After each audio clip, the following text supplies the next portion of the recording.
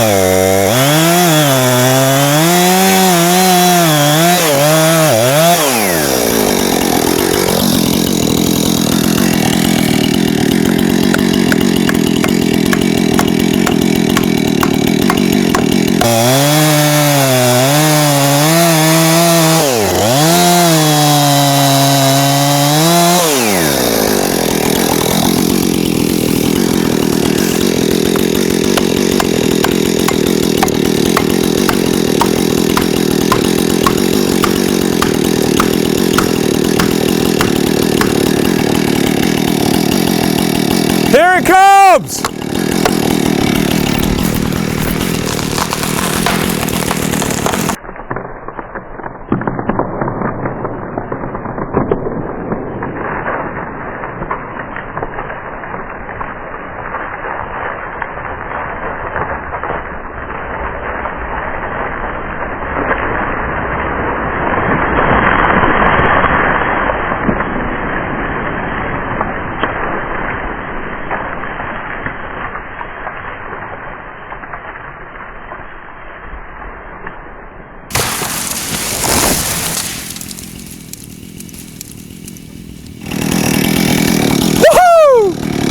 Okay guys, well, that tree obviously went exactly where we wanted it. I got really lucky, and as you can see, that sucker's down. It's laying well beyond the garage, right about my master bedroom, almost my kitchen, so it's a good thing we dropped that tree. There's a few smaller trees in the way of this tree we're fixing to cut down, but one of them is Emily's sitting tree. It's a tree with a nice crook in it, and we want to save that if possible, so hopefully they survive. If they don't, they'll have to come out. As you guys can see, Dad is standing straight up, and that tree has just a bit of a lean directly towards mine and Emily's house. So that has definitely got to go.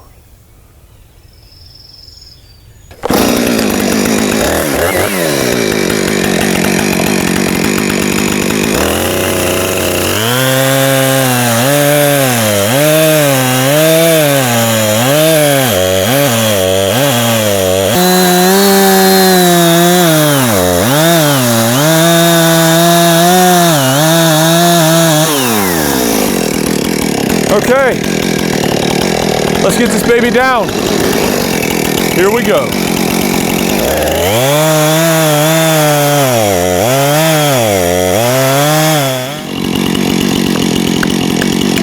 Just so it don't sit back on my saw.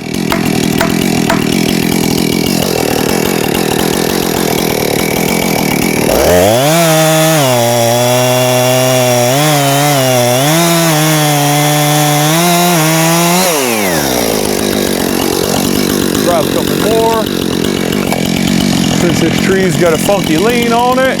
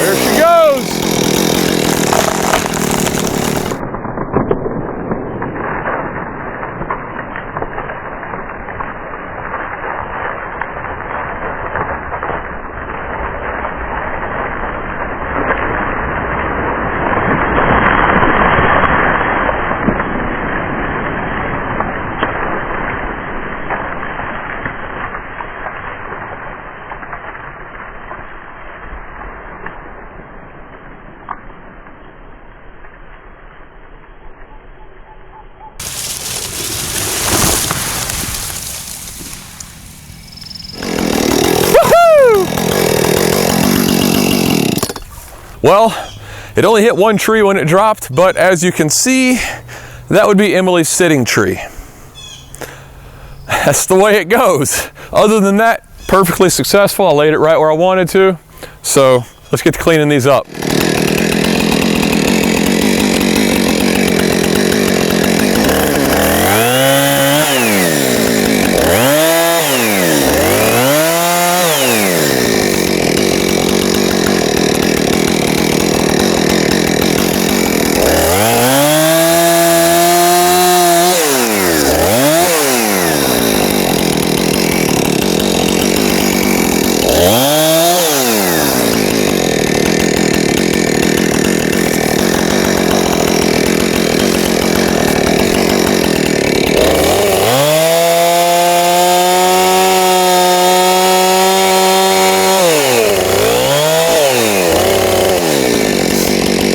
Always try to cut and not cut the dirt. It's a fine line.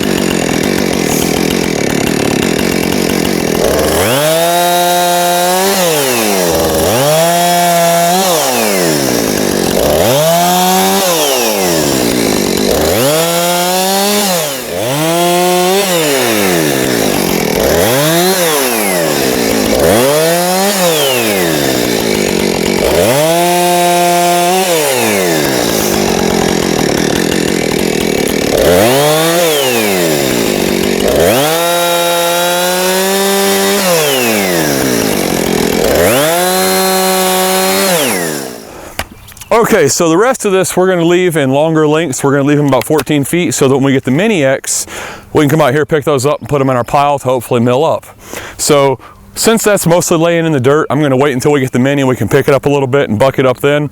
Be a lot easier, a lot less chance of ruining my chain, and just a lot easier on me, period. So that's about that. Let's go ahead and cut this other one down. So guys, here is the tree that's dead. Now when we follow up it, you can see there ain't squat on that tree. So it is definitely in bad shape. It's got to come down. Does that give you a perspective on how big it is? Yeah, it's a pretty good sized tree, as you can see with Dad standing next to it. We don't want that falling on anybody, so you got to get these out of the way.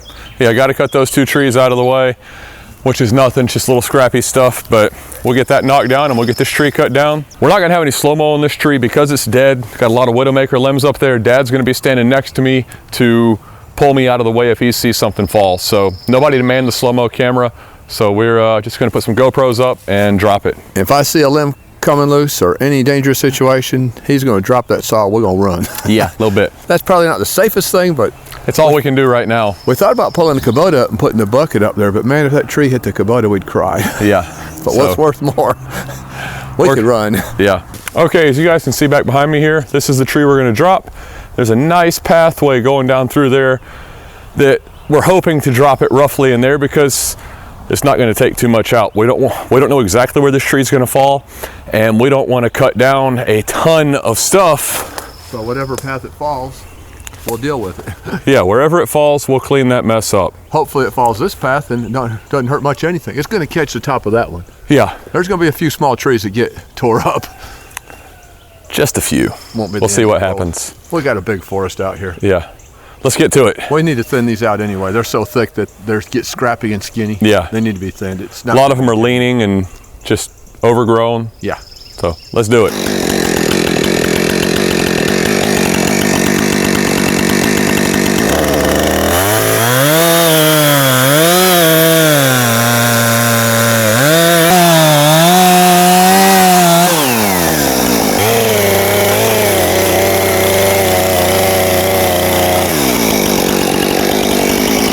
Okay.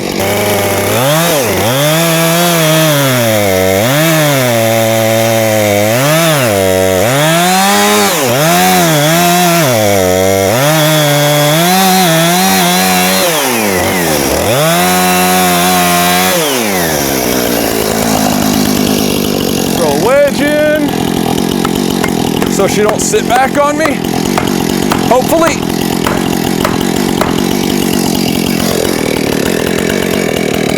Definitely got to tighten this chain up.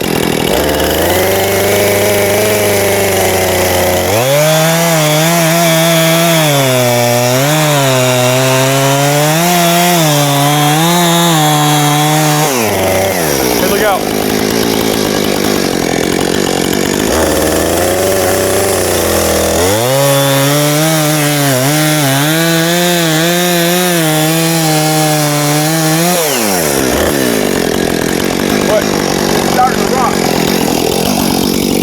Another wedge like this. Give me another wedge. It's in the bucket.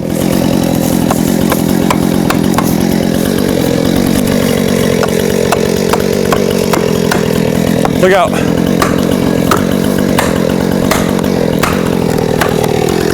There she goes.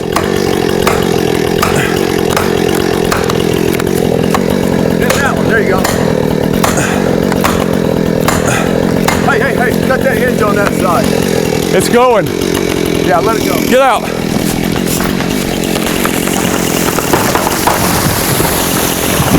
Woo! That was awesome.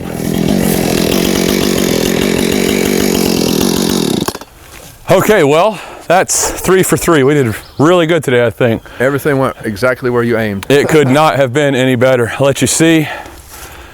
There it is. And we lost one pine on the right. And that's actually not a loss. We might cut that loose, but it's not worth saving. There's 4 or 5 right in that little hole. A scrappy little tree. We're probably going to cut down anyway because we want to thin this out and make it really nice. And clear it out for hardwoods. We want to put hardwood forest in here. These pines are going to go anyway. There's too many big trees getting in with them. So. Oh, that just could not have been any better. And I'm going to show you the top exploded basically when it came down. Got pieces of it got hung up in another tree and the top's just gone. And that's why we were concerned. And I stood over here. Do not stand around somebody cutting with a chainsaw. But in this particular instance, we didn't have a lot of options. We wanted a tree down because it's a dangerous situation. A lot of dead branches up there. They call them widowmakers. People will cut on the tree and they're so rotten they fall. Well, they're rotten enough to break loose from the tree, but maybe the bugs just got into the limb somewhere. Yeah. But that big old chunk of wood hit you in the tree, or in the head. Maybe one of these days we'll both have headsets and we can talk to each other and he could say, Brian, run. But right now the best we've got is him grabbing my arm and pulling me. So let's go check out the top of this tree.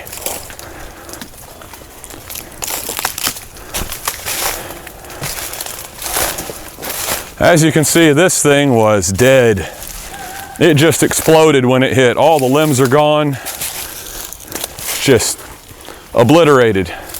If this right here would have came down on your head, or this would have been one piece when it fell. This is heavy. That's 50, 60 pounds. Put you out. Yep, definitely. Definitely not a good thing. Put your lights out. Well, we hope you guys enjoyed this video. You know, it's always a lot of fun dropping a big tree, especially when things go as well as it did there. I mean, I could not believe we got that dead tree to drop down that little narrow path. It like knocked one tree that we would have took out anyway. Yeah, it was already a little spindly thing we were taking out. It was amazing. A very good day. And it was tight. It was like right down that line. And the top of that tree just exploded when it hit. And that is a widowmaker. If you got a big tree like that and there's trees around it close and you're cutting at the bottom and it starts to move, all that big stuff can break loose. Dead or not, if you got a 15, 20, 30-foot chunk of wood coming out of the sky, that's a lot of weight. Yeah, a lot of momentum. Break your neck, crack your head open. Yeah, that's why he was always watching when I was cutting. I was looking up and he was watching, so we always had an eye in the sky to see what was coming, because that's just a very dangerous situation. And it's not safe for me to be that close to him when he's cutting. Yeah. But if I'm in a safe distance and he's cutting and I can't get to him to holler at him and he can't hear me, then that's a dangerous situation. Exactly. We need helmets with... Yeah, we need voice systems. Yeah. Also, speaking on safety, you will notice I did not have my chaps on in this video because, again, this is before I got good chaps. Yeah, so, before we talked with Husqvarna and Scott. Husqvarna and Scott, yeah. So just bear that in mind. Wear your chaps. It's not worth being stupid like I was. I was very fortunate nothing happened, but I'm glad you recognize that, finally. I wear my chaps even in this horrible southern summer heat. I still wear my chaps. It's just not worth the risk. I got a little sun now, and I think that changed a lot of things, put a lot of things into perspective. It makes you think twice when you do something that could end you or slow you down or stop you. Exactly. I have enough hard time getting up off the ground as it is from playing baseball for so many years. Yeah. I don't need any more reasons to have a hard time getting up. Nope. Hope you guys enjoyed this video. If you did, give us a big thumbs up for a like. Hit that subscribe button below. Hit the bell next to the subscribe button so you get notified when new videos come out. Check us out on Instagram and Facebook. Have a good one, guys. See you next time.